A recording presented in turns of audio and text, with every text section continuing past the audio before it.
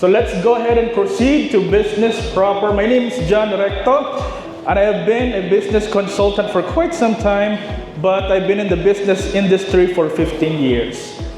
So I started from ground up, from back in 2010, from being a BPO agent, scaled different positions, investor relations, project management, and now I'm here. So this is the vision of my little company, to become the trusted partner for business seeking sustainable, scalable growth through smart strategy, operational excellence, and digital transformation. Next slide, please. And we offer these services to our clients: process improvement, digital transformation, growth strategy, operations. You can definitely read it right there. So our agenda for this afternoon, on the next slide please, is for you, business owners, digital marketers, virtual assistants. So don't miss this out. Why? Because I'm going to go directly on how we can understand AI in transforming our businesses. So this is not just about for the students, this is mainly for the startups. And we learn how to transition from automation to intelligent orchestration. And you will definitely know more as we go further. And I will be giving you like tools and strategies on how you can scale up your digital agencies.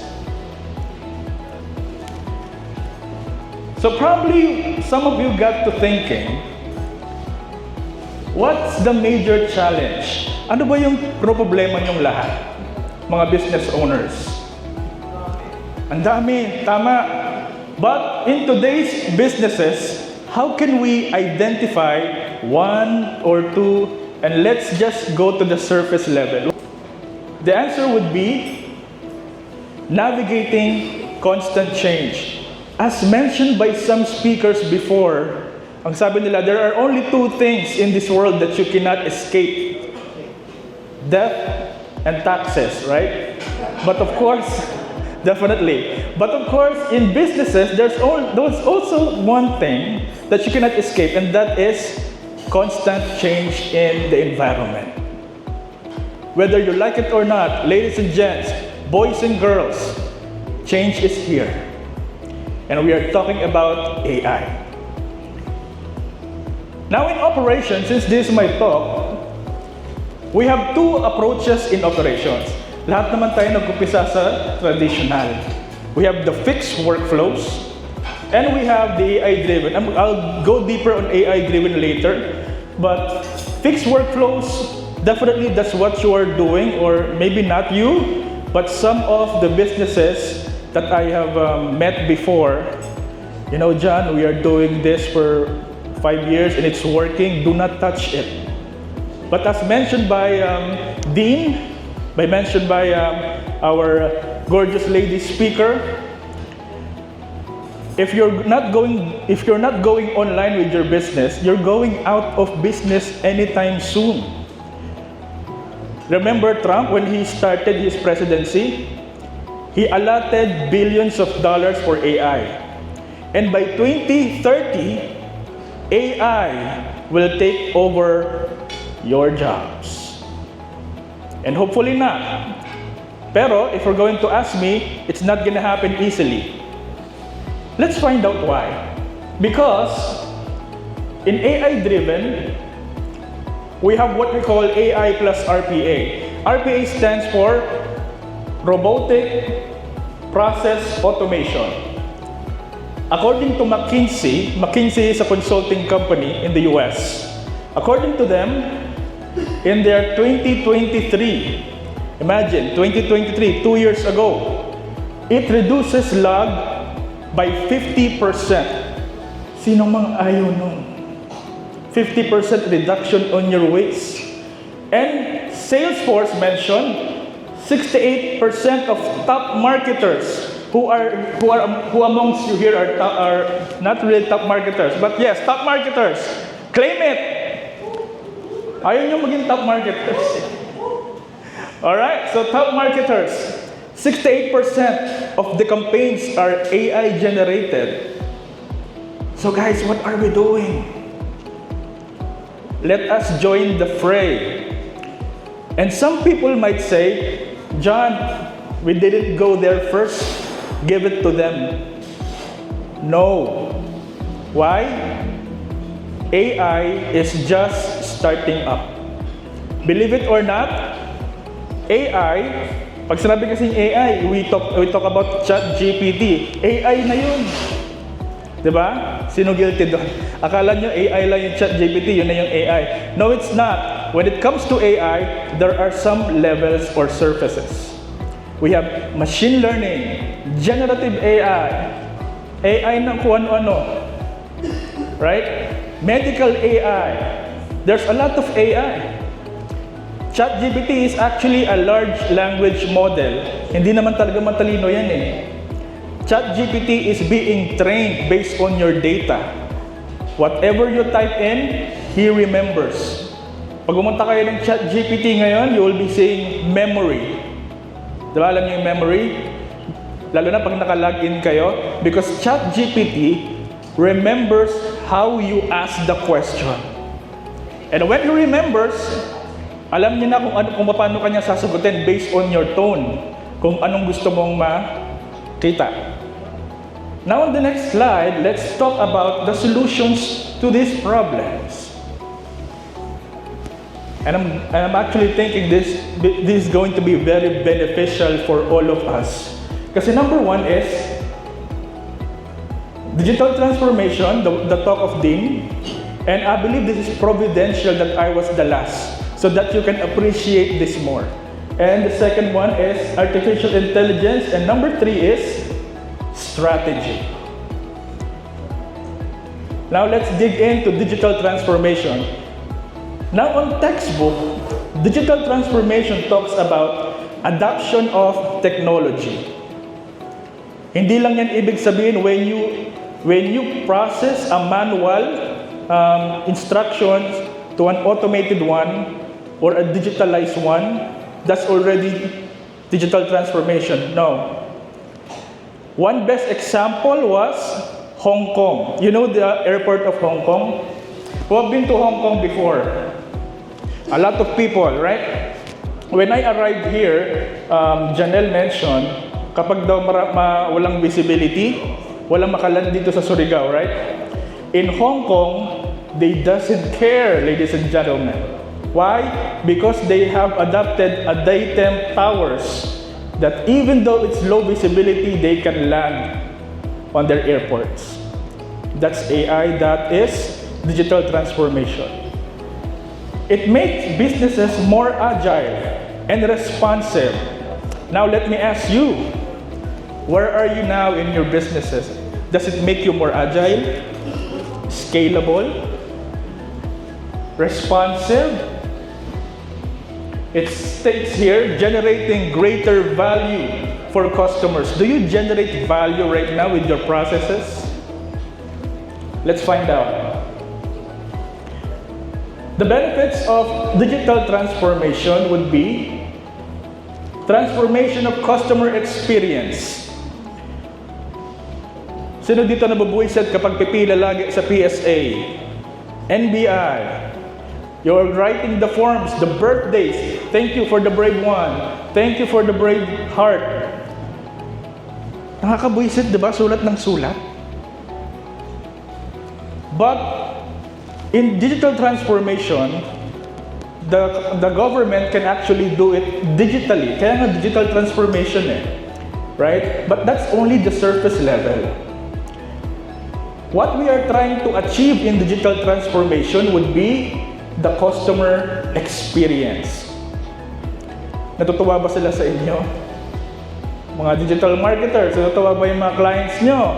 Virtual assistants, natutuwa ba sila when you're doing your output manually, using Excel?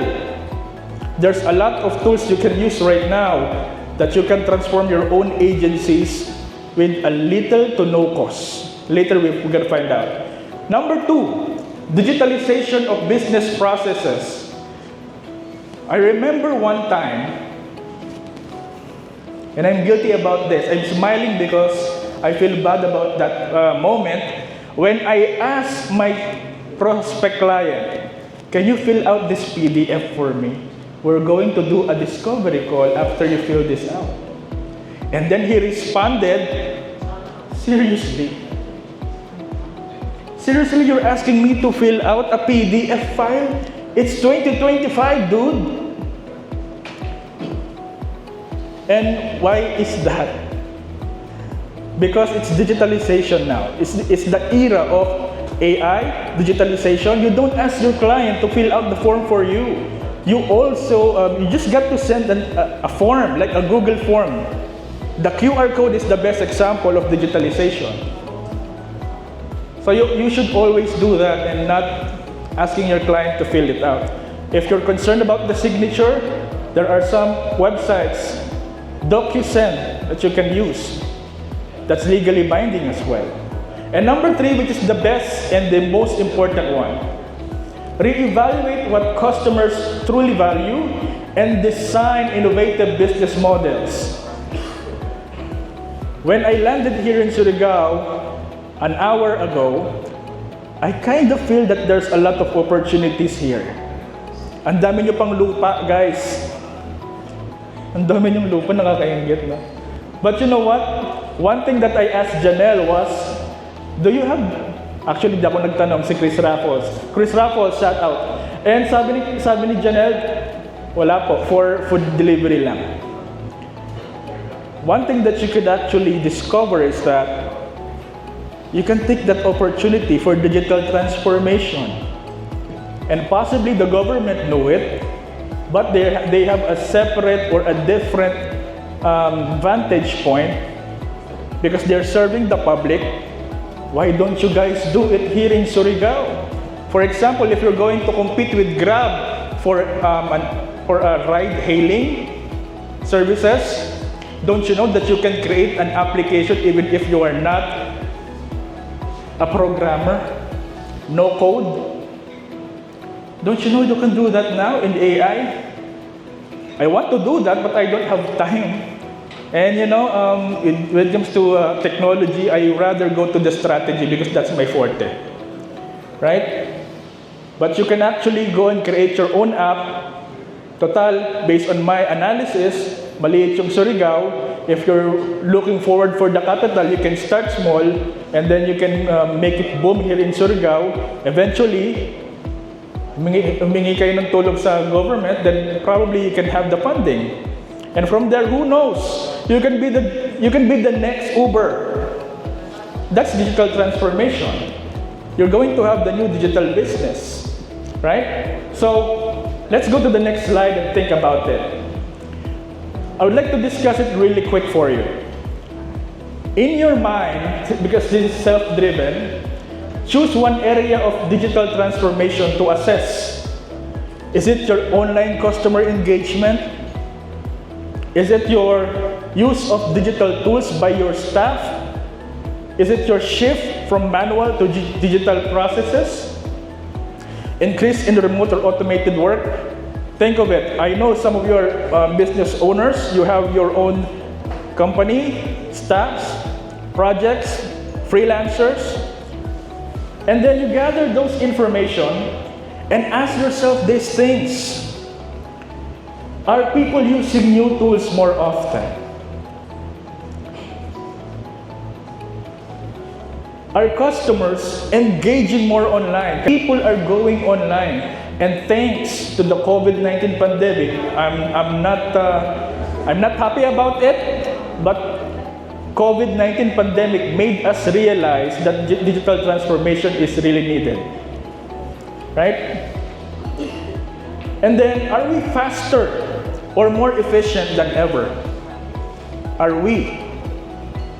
Kaya nga po yung talk ko, improving business processes, because we want to improve the process, right? And then on the 3rd minute, what were we doing before and how are we doing it now? What are we going to do now? If you don't know it yet, learn from it. Sabi nga ng kumpare kong si Benjamin Franklin, investment in learning or knowledge pays the best interest. But if we fail to act it right now, we might end up with nothing. So let's go to the next slide, ladies and gents. Let's go to the strategy. Every time I'm being asked by my client, what's your edge, John? Why should we sign up for you? Because I know how to do strategy, guys. Now, how do we process strategy in a layman's term? But first, let's read the underline. Create value for the organization and its stakeholders. And when we say stakeholders, not just the members of your team, also the clients, the customers, and all of the people who are affected by the project, right? So, business strategy constantly evolves, just like your business needs. On the next slide, we will find out 2 very easy strategies that you can apply in your businesses nowadays. Number 1 is lean. Di yan yung payat, ha? Lean principles, it does have 5, 5 yun, no? Pero I would like to make it short para hindi masyadong academic yung talk ko, no? But one step for lean is identifying the value. What does lean mean, by the way? Lean is eliminating the waste in your processes and eliminating what's not needed in your processes, ladies and gents. Alam nyo, bago ako mag-launch, I talked to my mentor. He is an Australian, and he is a pioneer in, he was one of the pioneer Australian who transferred his businesses in the Philippines. Most of his businesses are now in Ortigas, in Pasig, in Manila. You know what he mentioned to me? He told me, John, ang dami mong, sa Tagalog, John, ang dami mong sinabi. But you know, business is common sense. Nagulantang ako doon. You are an owner of how many companies and you're telling me it's common sense? Why? Because from the common sense, we can create the strategy. If we're going to take a look at DPA, Digital Process Automation, with AI and RPA, kanina hindi ko sinabi ko na yung RPA. One best example of robotic process automation was sa may Jollibee ba rito? Yeah. Sa Jollibee in Manila, before, diba, you're going to the counter, you're going to ask for the order, right? Then the crew will, you know, finger the monitor for you, right? But right now, Jollibee has its own ordering kiosk. It is automatic, right? You can just click, submit, check out. That's one of the example of RPA. It doesn't mean AI, but it could become AI pag nagkaroon na ng voice prompt yon. It's improving your business processes. Also, it's making your expenses a little bit thinner, right? Right. So let's dig in a little bit with AI. When we say AI, it's the application of intelligent algorithms. Marami nabibilib sa AI, no? Sino dito tambay ng ChatGPT? O yan, mga tambay ng ChatGPT. But you know what? When we go to ChatGPT, we just go ahead and type in a question, right? What is the capital city of the Philippines? It's going to give you Manila. Do you really think ChatGPT knows it by default? No, because ChatGPT was trained by the programmers. You can actually make and create your own GPT. Don't you know that? But it has a price kasi, no?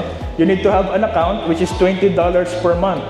But most CEOs in the United States, ladies and gents, They create their own GPT, and that GPT that they create, it's their own virtual assistant. So wag tayong kampante, BAs, no? Baka mapalitan kayo bigla. But you know what? What's great about it is that it has a lot of loopholes. And who knows, maybe in 10 years from now, those loopholes would be gone. So how can you improve your process using those? You need to train your GPT or your AI with all of your information. Number one tool that I can give you, and you can do it for free, is to create your own knowledge base for your company. You know, on your website, which is labeled as FAQs, most of the companies in the US, in their FAQs, they are using AI already. And how would you know the AI is accurate? Number one, companies uploads their mission and vision, their manifestos, their branding, all of the internal documents. Yung mga about us, na-upload din nila yan doon. Everything that needs to be known, they upload it in ChatGPT. So that the GPT, once he read one of those triggers, he knows what you're asking of him. Oh, the thing is, maybe we're not doing it because we are not comfortable doing it yet. For you to be able to determine a good results every time you use AI, you need to know prompt engineering. You know what prompt engineering is? Pretty much sure you have heard of that, right? So meron tayong formula sa prompt engineering. In ChatGPT, you just don't type your question. That's new. Now, give me 5 lists of the best tasks that I can do, enter. In AI, in prompt engineering, you should follow this pattern. You need to put context, specifics, intent, response, format. Let me give you an example. Every time I ask of him, the ChatGPT, about the current trend, and I want the answer to match my tone and to match what I wanted to hear and wanted to see. I will be very specific. Uumpisahan ko yon. As the CEO of this company, with 15 years of experience, you are in front of the business owners, CEOs, digital marketers. Please provide me 5 line items that I can do with my business, focusing, ang haba, di ba? Ang haba, focusing on this category, this category, this category. And then, period. Please make the tone professional yet engaging.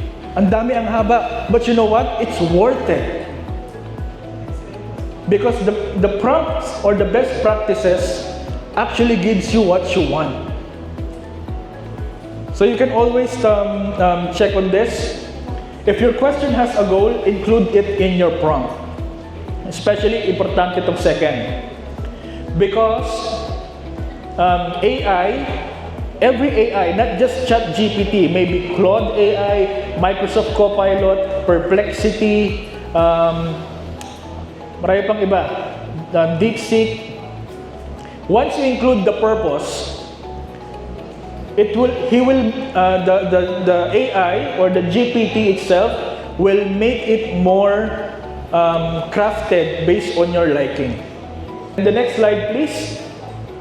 Specify the format. Of course, I mentioned that a while ago. You can use bullet points. Use follow-up questions to deepen or clarify. Rephrase and request fact-checking. Why? In AI, there is what we call hallucinations. Alam niyo yung hallucinations? It's not just for individuals or human beings. Hallucinations, are being generated if there's a lot of information not filtered by you. So in short, gumagawa na ng kwento si AI. So sometimes, as of my latest research, AI's accuracy is about 85% to 99%. It's not always the same. Why? Because you need to do proper prompting.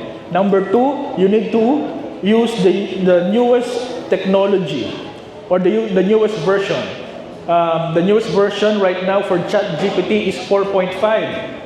But it's limited right now. If you're going to upgrade your plan, you can use it unlimited. But if not, you stick with GPT 4.0. And who knows, we'll meet GPT 5 or parang cellphone lang, no? May mga versions. So on the next slide, this is one of the examples of the prompt engineering. For SEO content writing, because some of you are from SEO, digital marketer. So write a comprehensive guide on, you name your topic, using the keyword in the introduction, subheadings, and conclusion. So it doesn't matter if you're going to bombard it with information. Hindi naman kayo yung nabubuisit eh. This ChatGPT naman yung mabubuisit sa inyo. But it doesn't matter. Why? Because that's the reason why, that's his purpose. It is a large language model. Second bullet is, list the top 10 common mistakes related to how to avoid them, naturally incorporating blank throughout. So these are just basic examples. You can actually craft it the way you want. And that's how you make your business process more efficient for you, because if you're not gonna do that, you might not get your best answers forward. May nagtanong sa akin, tama bang gumamit ng ChatGPT sa business? Tama lang. You know why? I actually asked one of the CEOs in US, are you for real? You're using ChatGPT for all of your documents? Anong sagot niya sa akin? What are you, a caveman? And I don't understand his logic. Why? Because we're using AI right now, and it will keep on growing. Guys, whether you like it or not, AI is here to stay. And AI might kill your jobs. Pero paano natin mapipigilan yon? How can we prevent that from happening? By being the expert that you are in AI. Because once you're able to control what the AI produces, you control the industry. It revolves around. Next slide, please. So these are the examples, no? So let's focus on creating first, no? Dahil most of you are creatives, right? Digital marketer, SEO, social media manager. You are here, creatives. I was able to use some of them. Canva, Runway, Lumen 5, Midjourney, Leonardo. There's a lot of creative AI nowadays. So the 5-minute AI tool workshop. So I would just like for you to really focus on an area. Is it marketing, sales, operations? Then you match it with a tool. And you reflect and act on it. If you are a CEO of an agency, or if you want to start an agency, you don't have much capital for manpower, you can go back to the slides I shown you, research about it per category, and then you can just build your process, automate it. Meron akong alam na company, pero sa US siya, no? He is a one-man CEO. But he is acting on 4 categories. The one that I've shown you a while ago. He is doing the marketing, the sales, the operations, and the other one I forgot. He is doing all of that. And take note, wala siyang tao. He doesn't have anyone. That's because of AI. And you know what he told me? Instead of paying $50,000 in a month for my people, I'm only spending $999 per month with all of these tools. Because one platform, yung mag-process and automate of all of the marketing sa kanya, pati mag-post sa Facebook, it's automated, $99 per month lang. 10 years from now, the landscape may change. And we should also be prepared for it, right? So try to integrate more on the AI, whether you like it or not, guys. Why? Because I'm telling you, if we fail to do so, maybe we are no longer in business. Why am I telling you this? Because I care. Number two, why I'm telling you this? Because once you know what AI can do in the market, you can navigate and change your strategy so that your existing processes, your existing manpower, your existing people will stay. Why? Because you can assign them to do other tasks for you. One thing that AI is vulnerable would be quality control. Sabi ko nga kanina, diba, there's hallucinations, and it's still happening. So let's connect on whatever platform you have. But I would like to end my talk with this. Improving your business processes doesn't need to be expensive, and it doesn't need to cut people from manpower. It doesn't need to be. What you need to be doing is identify the weakness of the current industry. You identify the value, what people really want. From there, you process a roadmap or a workflow. Once you process a workflow or a roadmap for you, set up a pull system. What is a pull system? If it's needed, do it. If it's not, ignore it. Why? Because we are in a fast-changing environment. And with the AI around, ladies and gents, boys and girls, brothers and sisters, with AI around, we still have time. We are not late into the show. There is actually a course creator, I forgot the name because there's a lot of course creators I follow. One thing that he's been doing is creating an AI agency. And what is an AI agency? Maybe you could consider that, right? One good plan B for every businesses is to have an AI-focused manager or a department. From there, he can transition, he can filter out the processes that AI is doing right now so that we can be prepared to navigate through it, to technically manipulate it so we can build a good process, not eliminating manpower, because I am against eliminating manpower.